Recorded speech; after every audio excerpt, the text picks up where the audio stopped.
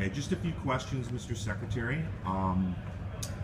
Why do you think it's been so difficult to get a long-term highway bill done in recent years, a long-term infrastructure bill? Well, look, there's a couple reasons. First of all, the funding part of it.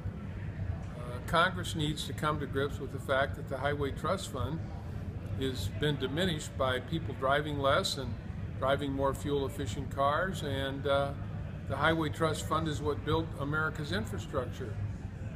And the way to really replenish the Highway Trust Fund is to raise the gas tax. And most politicians don't want to raise taxes.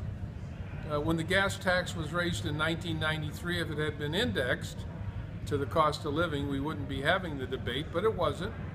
And so we need a robust big pot of money.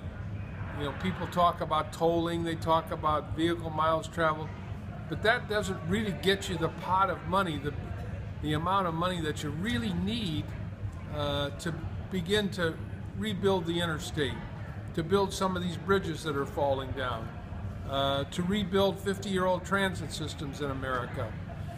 So that's part of it. The other part of it is you have people in Washington that simply don't believe in government and don't believe that the government has a role to play in infrastructure. When I was in Congress for 14 years, I served on the Transportation Committee.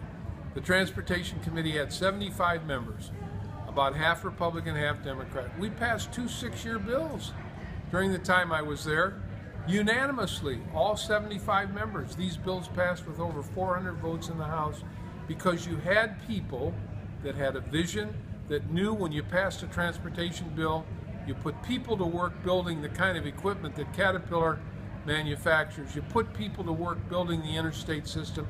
You put people to work really building bridges, and unfortunately there are a number of people in Washington who get elected to Congress and don't really believe the government has a role.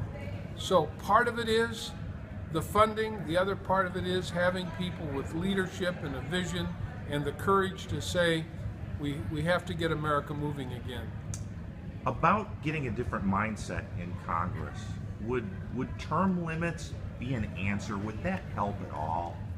Well, the truth is that term limits occur, they're going to occur here in the next 5 days.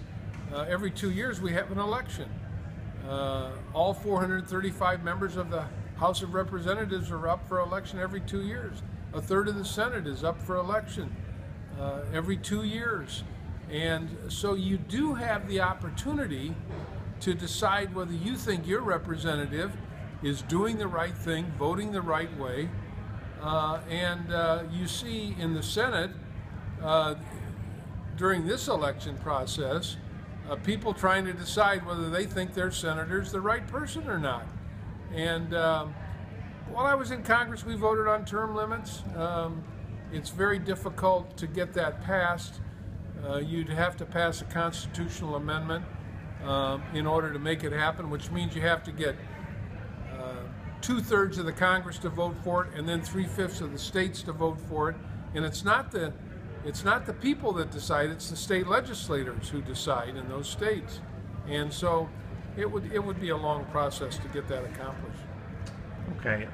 Finally, because of the kind of short-term band-aids of the the recent infrastructure bills, a lot of fleet managers, a lot of contractors, they seem to put off purchases. They're a little bit pessimistic at times because they can't count on whether that equipment's going to be utilized for a given period of time. Yeah, this is the vision thing that I'm talking about when it comes to people in Washington. The 6-year bill gives certainty to contractors that they know that the states are going to have these long-term projects.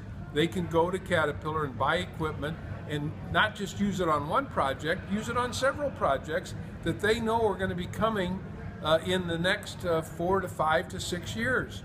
A 2-year bill leaves no certainty, no vision, no opportunity, no certainty about whether the money's going to be there. Congress just passed an extension of the current bill, only for 6 months. that gives nobody any certainty about what they should be doing in terms of buying equipment, in terms of making long-term commitments, in terms of hiring people, and it leaves everybody hanging. What would you say to the contractors? Is there any hope? What I say is get involved in elections. Elect people who want to get America moving.